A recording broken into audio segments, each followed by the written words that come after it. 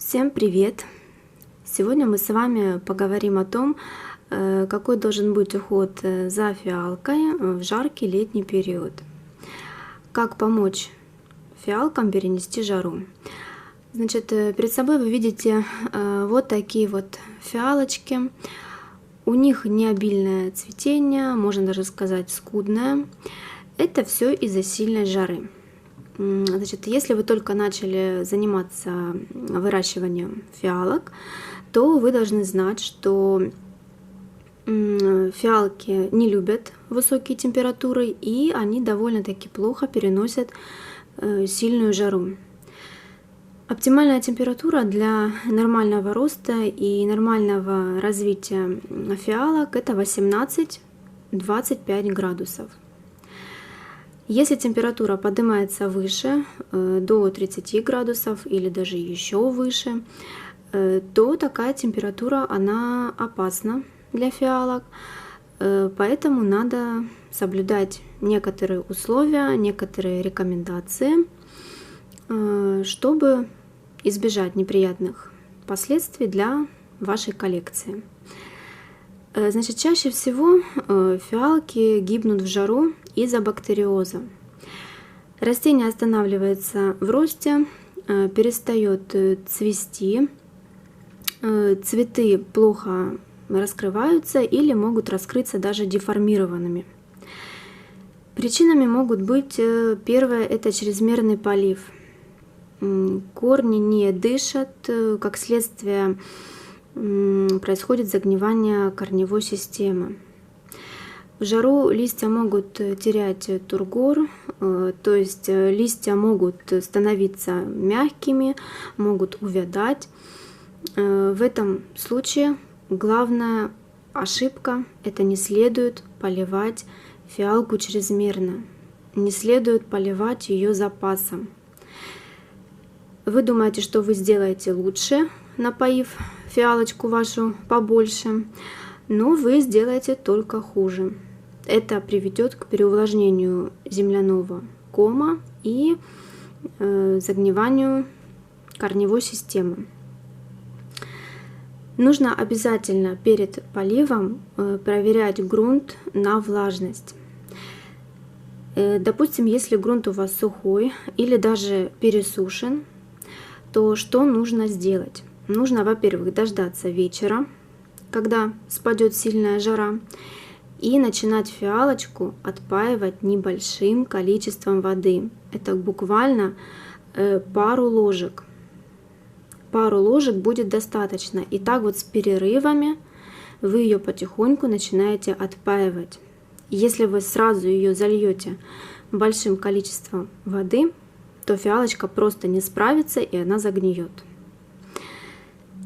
Далее, если грунт, например, влажный, но фиалка все равно привяла, значит, нужно уделить такой фиалочке особое внимание. Значит, при высокой температуре корни у фиалки перестают работать. Они как бы начинают вариться, так сказать.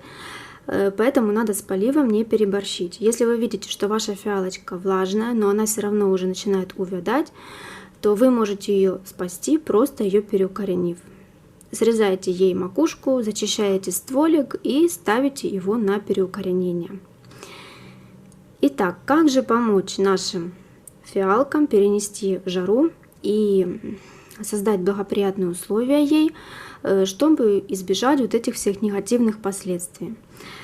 Значит, при сильной жаре, если у вас нет кондиционера, то первое, что нужно сделать, это понизить температуру воздуха до оптимальной. В первую очередь надо снять фиалки с верхних полок, со стеллажей, так как горячий воздух, он поднимается вверх. Вот, и поэтому нужно их снять с верха. Далее можно завесить окно, например, фольгой или светоотражающей пленкой, или убрать фиалки с окна вглубь комнаты. Можно даже убрать их вот с подоконника, со стеллажа, поставить на пол. Также можно налить в емкость воду для испарения. Таким способа мы повысим влажность воздуха для фиалочки.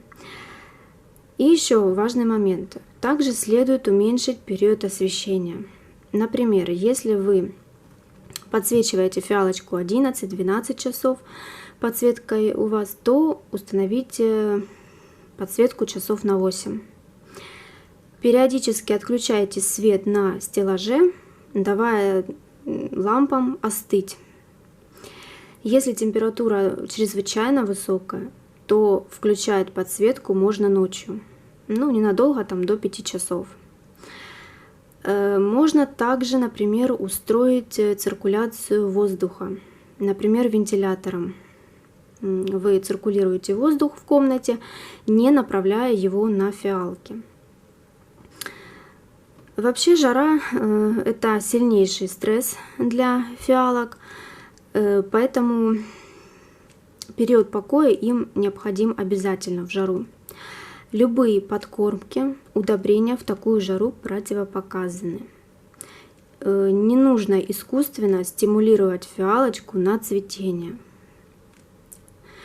В жару снижается обмен веществ, и растения, корни растений не успевают усвоить питательные вещества.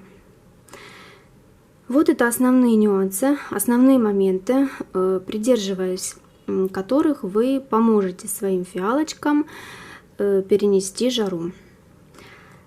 Подписывайтесь на канал, пишите в комментариях, как вы защищаете свои фиалочки от жары. Будет интересно почитать.